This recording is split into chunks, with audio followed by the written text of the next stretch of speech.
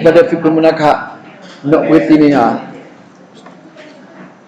halaman 27 sudut kemerdekaan. Perbincangan masih lagi dalam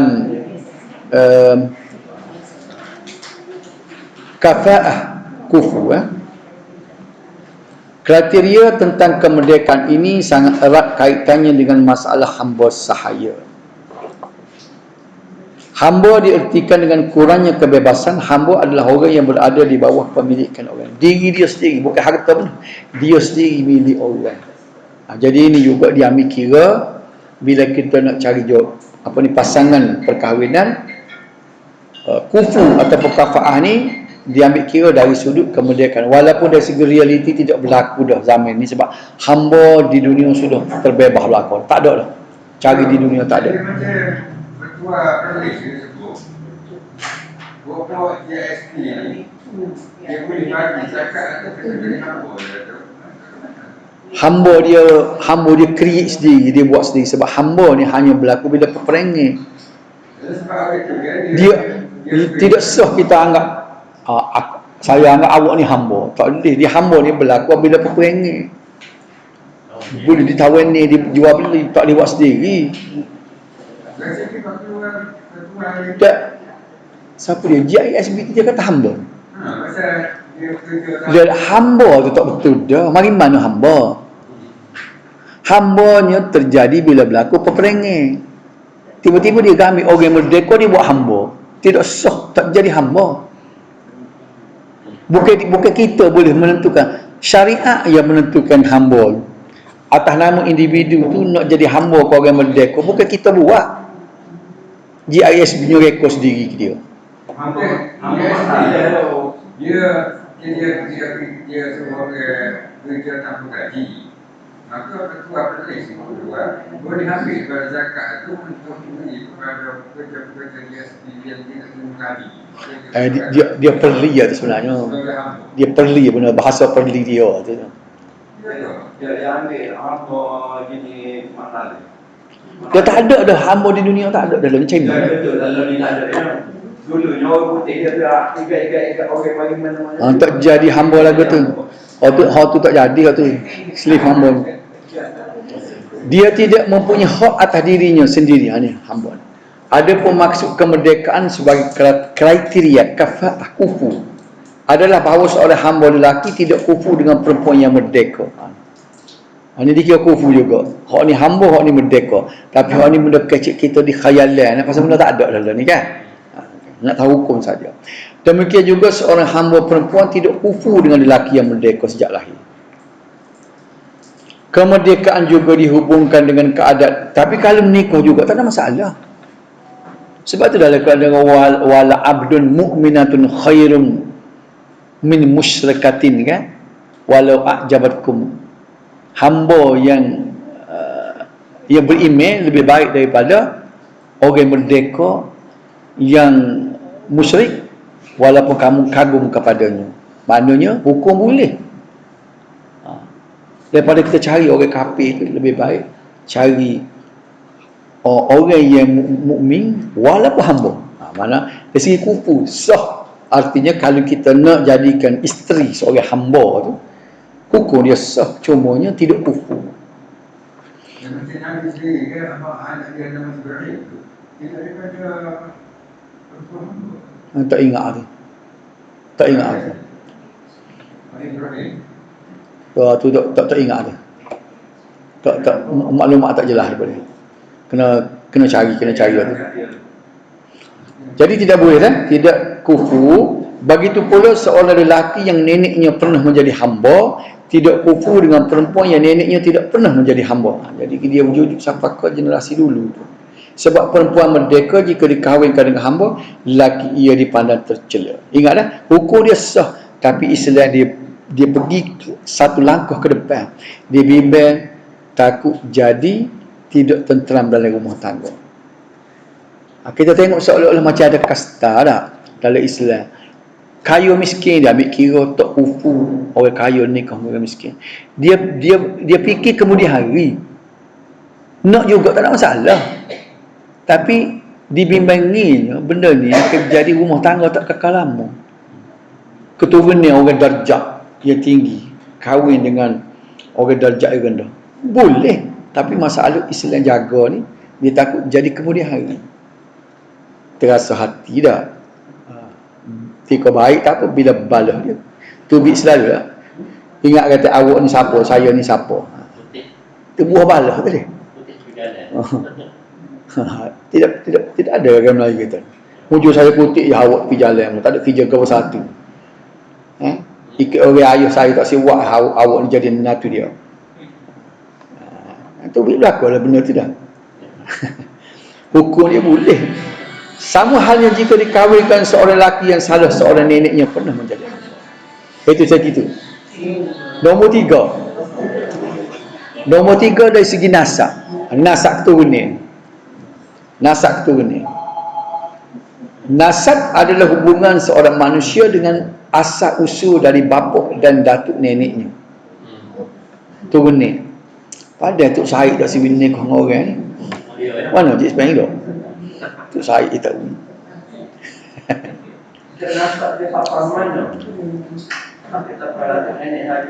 Dia kira dia tak setakat ketahui lah. Sebab kalau jujuk-jujuk pakai Nabi Adam serupa juga. Nasab yang dimaksudkan di sini adalah seorang yang diketahui siapa bapaknya. Jamhur fuqaha ahli fiqh menganggap wujudnya nasab dalam kafaah. Diterima nasab itu sebagai unsur untuk kufu. Dalam unsur nasab ini terdapat dua golongan, iaitu pertama golongan ajam bukan Arab dan kedua golongan Arab. Ini kalau dalam apa ni orang masyarakat Mekah dulu dia kategori dua. Dia panggil ajam. Ni bukan kata zaman Nabi, zaman tradisi Arab. Al-Arabu wal Ajam, orang Arab dengan Ajam. Bukan bangsa Arab kira Ajam lah. Ajam, kalau tengok dari segi istilah kan, Arab ni daripada perkataan i'rab kita belajar ni kan, ialah suatu bangsa yang bertamadun dari segi bahasa tutur kata yang lengkap. Ajam ni makna dia kira macam orang tak pandai kecil. Begitu sekali orang Arab dia menganggap bahasa lain bahasa yang tidak bertamadun, tidak tepat. Betul lah bahasa Arab adalah bahasa yang paling indah dengan puisi dia, dengan kata-kata dia. Ajam ni kalau tengok dari istilahnya, orang tak kerti kecil, orang bodoh kecil. Sampai dia kategori gitu. Okey. Ada penggolongan Arab terbahagi pula kepada dua suku, iaitu Quraisy dan selain Quraisy. Ini tradisi zaman Arab ni. Nabi kita ni bangsawan, apa ni, golongan Quraisy lah, bukan bangsawan tapi golongan mulia. Suku Quraisy dengan ditetapkan nasab sebagai kriteria kafaah, maka kafaah ni kufu lah. Maka orang ajam dianggap tidak sekufu dengan orang Arab, baik dari suku Quraisy maupun suku selain Quraisy. Dikira tidak kufu.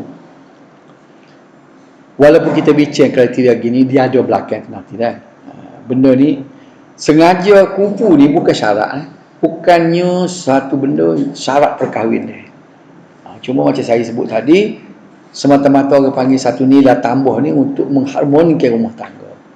Sebab dah Tuhan buat gitu dah manusia tu, miskin, kaya, bangsawan, orang biasa dah. Maka orang ajam dianggap tidak sekufu dengan orang Arab. Selain itu, untuk orang Arab yang berasal dari keturunan Bani Hashim dan Bani Muttalib, hanya dapat sekufu dengan seorang yang berasal dari keturunan yang sama, tidak yang lainnya. Hal berdasarkan kepada sabda Nabi sallallahu alaihi wasallam, "Innallaha astafa Kinanah min waladi Ismail wastafa Quraisyan min Kinanah wastafa min Quraisyin Bani Hashim wastafani min Bani Hashim." Ini hadis riwayat Muslim, ini hadis sahih. Sesungguhnya Allah telah memilih suku Kinanah dari Bani Ismail. Anak turun Nabi Ismail itu Tuhan pilih pula Bani Kinanah, dan memilih Quraisy dari Kinanah. Kinanah tu pula dipilih pula Quraisy, lepas pilih-pilih. Dan memilih Bani Hashim dari Quraisy. Quraisy tu pula pilih Bani Hashim. Nampak tak? Mula-mula sekali suku Kinanah. Daripada suku apa ni? Bani Ismail. Lepas Bani Ismail pilih Kinanah. Daripada Bani Kinanah pilih Quraisy pula. Daripada Quraisy pula ada Bani Hashim. Dan memilih aku dari Bani Hashim. Maknanya Nabi kita ni keturunan yang paling molek.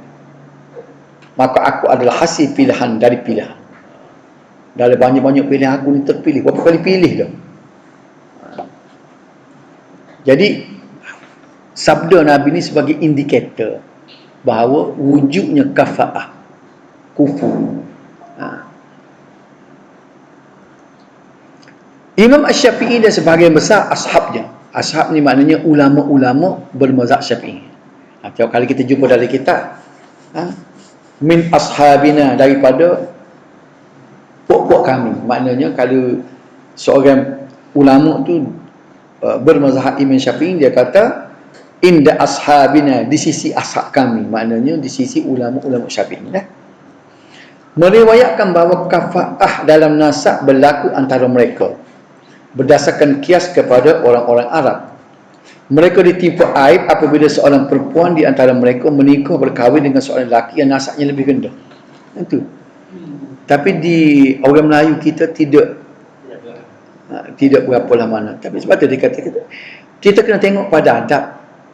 Misalnya kalau di Malaysia kita, orang Melayu kita tak kira lah mana nasab keturunan, maka tak apa, kita boleh terima lah, sebab al-adah muhakkamah kita belajar dulu kan. Adat tu menjadi hukum.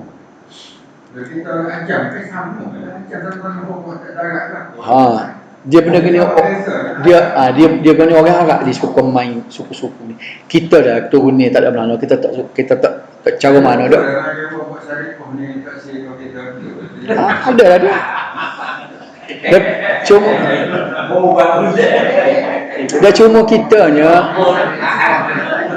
Cuma kita bimbang takutnya takut nasak dia bukan Said, takut mai ikut mana pun tak tahu dah. Dia cipta tengah jalan hak tak ada Said, tiba-tiba tubik Said. Nabi pun dia sebut Bani Hashim. Tapi isteri Nabi tu bukan kata-kata Bani Hashim. Hanya ada keluarga. Dia boleh tak ada masalah. Dia gini. Kalau perkahwin ni tak ada masalah, bukan menghalang hukum. Kalau sekiranya benda tu tidak menjadi masalah, tak ada masalah. Tapi dia sebut realiti orang Arab ni jadi masalah. Jadi Islam nak jaga benda ni. Ingat, matlamatnya supaya harmoni rumah tangga. Dia pasal benda tu dah ada, dah wujud dah. Jadi Islam hari dia kena meraihkan benda tu. Kalau di Malaysia kita tak berlaku dah benda tu, orang lupa, tak ada masalah. Bagus tak? Oleh kerana itu hukum mereka sama dengan hukum orang-orang Arab kerana sebabnya sama. Mazhab Maliki tidak menganggap nasab dalam kafaah kerana keistimewaan Islam yang utama ialah seruan kepada persamaan dan memerangi diskriminasi bangsa. Ni tengok. Kita mazhab Syafi'i ni. Balik semula tengok ni. Mazhab Syafi'i ni dia mengiktiraf adanya nasab ni menjadi unsur dalam kufur. Tapi mazhab Malik dia tidak menganggap nasab itu sebagai satu unsur dalam kufur, tak kira. Kerana keistimewaan Islam yang utama adalah seruan kepada persamaan dan memerangi diskriminasi bangsa. Lain halnya dengan seruan orang-orang jahiliyah sebelum Islam yang membangga-banggakan kabilah dan nasab mereka. Imam Malik tak terima. Deklarasi Haji Wada' menjelaskan bahawa semua manusia adalah keturunan Adam dan orang Arab tidak memiliki keistimewaan ke atas orang ajam kecuali yang bertakwa. Rasulullah, jadi ni ada dalam hadis Nabi. Nabi sebut la fadla li arabiyyin ala a'jamiyyin. Maknanya Nabi cuba memecahkan tembok tu. Walaupun dalam tradisi Arab nasab keturunan ini dibangga-banggakan, tapi Nabi sebut la fadla li arabiyyin ala a'jamiyyin. Tidak ada lebih di antara orang Arab dengan orang bukan Arab illa bittaqwa, melainkan dengan takwa. Nabi cuba pecah tembok tu. La fadla li arabiyyin ala a'jamiyyin illa bittaqwa. Hadis ni popular budak-budak sekolah buat modal ceramah ni. Sekolah ma'had lah. Rasulullah sallallahu alaihi wasallam mengahwinkan kedua-dua puteri baginda dengan Utsman ibn Affan dan mengahwin Abul As ibn Rabi' kepada Zainab yang kedua-dua berasal dari Bani Amr Syams. Dia keturunan lain dengan Sayyidina Utsman. Abul As keturunan, tapi menunjukkan boleh Nabi telah pecahlah tembok tu daripada suku bang sama-sama orang Arab lagi kan. Tapi kuatlah kita tengok orang Arab ni dia tolak dah orang Arab dengan orang Ajam. Dah habis pula suku Bani Kinanah dengan Bani Hashim apa semua. Jadi kita orang Melayu tak ada. Jadi kalau kita bahas ni, macam Nabi tu ada masalah kufur. Betul lah, betul. Nabi terpecah dah tembok tu, tapi realiti tu berlaku, dia Nabi meraihkan lagi sebab matlamat tadi lah. Dia bimbang takut tidak bahagia rumah tangga. Nabi meraihkan kufur. Yang kita kata Nabi kata tidak ada perbezaan antara Arab dan orang. Ya, ya. Kemudian dia sendiri pada sebut asalnya dia diambil oleh yang bukan suku bangsa dia. Kemudian kita kata Nabi masih meraihkan. Mana Tidak itu juga pendapat tadi. Ulama-ulama macam mazhab Syafi'i ini dia masih berpendapat bahawa Islam meraihkan nasak ni sebagai unsur kufur kan. Tapi Imam Malik tahu tak ni kita duk baca lah ni hujah Imam Malik ni. Ya tak ada?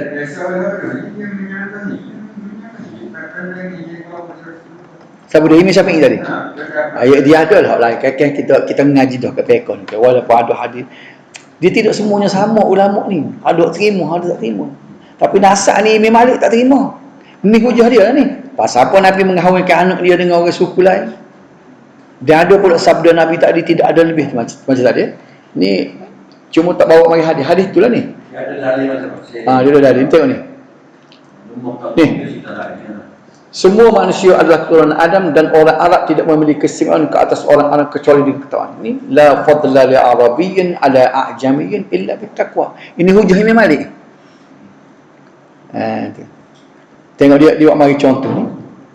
Ali bin Abi Thalib mengahwinkan puterinya Kalsum kepada Umar Al-Khattab yang berasal dari Bani Adi. Usamah ibn Zaid juga mengahwin Fatimah. Itulah. Takut tukar.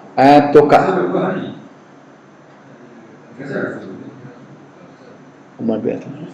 Nanti saya kena cek mula ni, ambil nota takiyah ni. Ambil nota takiyah ni. Oh, tak menasabah pasal Ali muda sakan. Saya cek nanti cek balik ni. Ni bahasa kita tiru apa ni, pakai kopi hak dia ni. Usamah ibn Zaid juga mengamini Fatimah binti Qais yang merupakan perempuan Quraisy. Maknanya ini hujah Imam Malik kan? Berlaku. Okey. Sikit lagi ada dalam 15 minit. Sudut kekayaan. Kaya miskin pun. Jadi Piramli buat cerita antara dua darjat tu. Lagu mana? Betul jugalah dia tu takwil tu. Moga anak raja. Kaya pun dah. Nak kaya ni dalam cerita penarik beca dah. Ganti teksi nak menikah anak orang kaya. Sudut kekayaan. Ni kita nak tahu ni. Pasal walaupun kita menikah dah, kita ada anak, ada cucu nak menikah. Mana cikgu ya dah? Nak tahu sejauh mana Islam ambil kira. Sudut kekayaan. Orang tua kita padan tak disebut. Tak padan nak lawan dengan orang kaya, tak salah. Pasal apa tadi? Ingat dia tak? Dia takut jadi bakit sesat. Kekayaan yang dimaksud di sini adalah kemampuan seseorang untuk membayar mahar dan memenuhi nafkah. Mazhab Hanafi dan Hambali mensyaratkan kekayaan sebagai unsur kafaah. Mazhab Hanafi dengan Hambali dia melihat bahawa kaya miskin ni dia menjadi unsur dalam kufur. Kalau tidak sama kekayaan tidak kufur dia kira. Apa boleh nikah juga tak ada masalah. Kufur ni sebenarnya bukan syarat untuk sah tak sah kahwin ni. Cuma untuk menjaga harmoni rumah tangga. Dengan berdasarkan hadis Nabi sallallahu alaihi wasallam dalam hadis riwayat Fatimah binti Qais yang dilamar oleh 3 lelaki sekaligus. Oh, bisa dia 3 orang masuk juga. Muawiyah, Abu Jaham dan Usamah bin Zaid. Kemudian Rasulullah bersabda, An Fatimah binti Qais, wa amma Muawiyah fadu'lukun la mal lahu. Bukan. Fasu'lukun.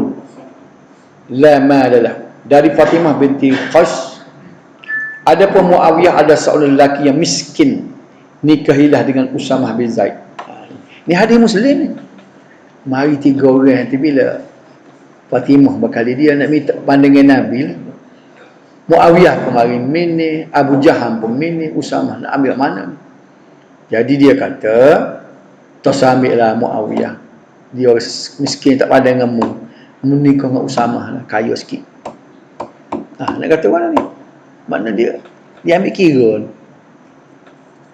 Tapi kalau boleh teruskan juga, dah nak juga, tak apa, tak ada masalah. Itu pandangan Nabi kan.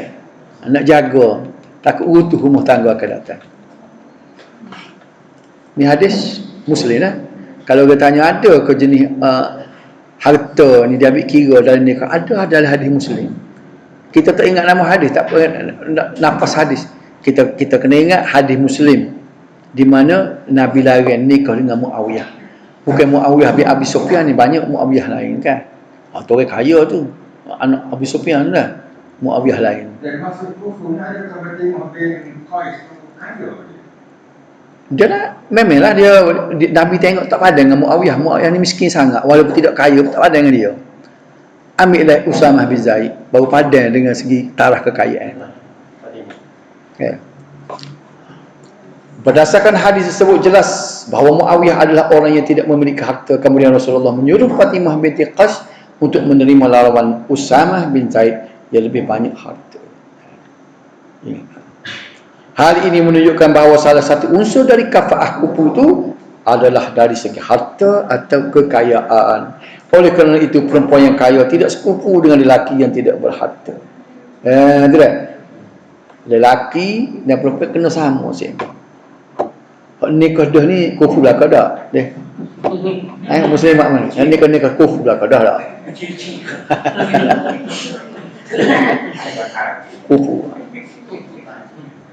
Nak cari sama sahih, orang kata sepenak dengan skru sama-sama sahih 14. Tidak duduk sama.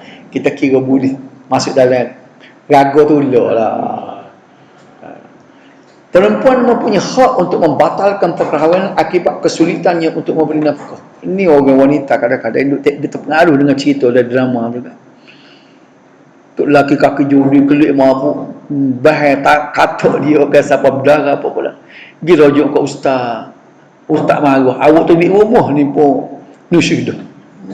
Ibu-ibu. Kawan ni nak mengadu dia dipukul. Tu ambil rumah. Awak tu ambil rumah. Tak apa izin. Bila suami nak izin kata. Jenis ustaz Cak Ayan. Jadi terpengaruh dengan drama ni orang perempuan dia tidak faham hak dia. Cuba tengok ni. Dia boleh pasah. Tiba-tiba sesak sangat. Mai royak masa nak melamar tu dia royak ada kerja engineer. Engineer kereta api dah. Tengok-tengok bukan engineer. Hojur TVC di stesen. Dia bagi apa kotak. Boleh pasah lah. Ni tak faham. Boleh pasah. Tak salah terima dah. Kalau kita minta ceram gegak arah, sedap macam-macam dia baca hadis peristiwa. Bila seorang isteri memohon minta cerai daripada suami apa gegak arah besar sangat, arah-arah ni besar mana nak boleh gegak. Jadi duk konsep benda tu tidak reda lah kita sesak nak makan pula. Penipuan. Jadi kisah saya normal, seorang lelaki tu dia gimini tu dia tipu, dia dye rambut dia. Rambut putih dia dye hitam. Lepas tu saya nama godang dia, tak apa. Tanya Tina kalau mu nak pasang. Dia tipu, dia kata dia orang muda. Mungkin tak ada IC zaman dulu lah. Kalau ada IC tu muda, tak ada IC. Dia tua. Cuma dye rambut. Rambut cirang begitu, muda dia muda dia ni. Muda molek dia. Patut ki. Saya muda benar. Jadi ada penipuan. Tak boleh menipu. Jadi kena faham dia. Perempuan mempunyai hak untuk membatalkan perkahwinan ni pasal lah dia panggil. Akibat kesulitan untuk memberi nafkah. Mereka kering pun tak boleh. Bunyi khabar ada pitih dah. Menipu. Tidak dapat dinafikan bahawa dalam kehidupan manusia terdapat stratifikasi sosial. Ada strata, itu kan? Tingkat tinggi rendah. Di antara mereka ada yang kaya dan ada yang miskin. Walaupun kualiti seseorang terletak pada dirinya sendiri dan amalnya, namun kebanyakan manusia merasa bangga dengan nasab dan pemilikan harta. Oleh kerana itu, sebagian fuqaha ni mana? Ulama-ulama fiqh, ulama fiqh memandang perlu memasukkan unsur kekayaan sebagai faktor kafaah dalam perkahwinan. Jadi nak menjodohkan seseorang ni kena tengok dari segi latar belakang kaya miskin. Dan para ni ulama fiqh kata kena masuk dalam senarai. Ada nasab tadi dipertikaikan dah. Nasab keturunan Imam Malik tolak. Selain itu, jika seorang fakir mengahwini perempuan yang sudah terbiasa hidup dalam kemewahan harta, dikhawatiri perempuan tersebut nantinya akan melecehkan suaminya. Ni saya sebut tadi tu. Tak khabar diri dia orang kutip tengah jalan nak makan pepayah. Mari duduk dua muak sedap dia. Tu mengepek dekat. Baca tak bagi dia. Yang tidak berharta dengan demikian akan membuat retaknya hubungan perkahwinan mereka. Mazhab Asy-Syafi'i dan mazhab Maliki berpendapat bahawa kekayaan atau unsur harta tidak termasuk dalam unsur kafaah pula. Kerana harta ada sesuatu yang boleh hilang dan tidak menjadi kebanggaan bagi orang-orang yang zuhud. Tadi dia terima, nasab dia terima. Ni mazhab Syafi'i tak terima. Tapi kalau ni kan kita setuju Syafi'i. Sebab ni Boleh cari dia. dia boleh berlaku je. Kadang-kadang dia bukan interaksi pilihan. Ataupun dia daripada susah dia jadi orang susah. Setuju dengan Syafi'i kita kat atas. Iyalah. Boleh lah. Bila ulama fiqh mari, kita boleh bersetuju. Kita kena hormat. Dia ini, ingat ada masalah fiqh ni kan. Kita kena hormat. Kadang-kadang orang kita ni, dia paksa suruh fiqh sepuluh dia. Saya pegang kepada ulama ni kata gini. Ulama, saya setuju dengan pandangan Imam Malik. Saya setuju dengan pandangan Imam Syafi'i. Oh, belakang ada lah kita ni. Pasal orang Melayu kita, dia nak paksa orang tu sepuluh dia. Nak timur mana-mana, boleh. Ini boleh lah kita pilih. Pendapat-pendapat. Iya. Bila sebut benda fiqh ni kita bebas sebenarnya. Apa nak paksa orang? Lagi-lagi kan sudut profesional. Pada sekarang ni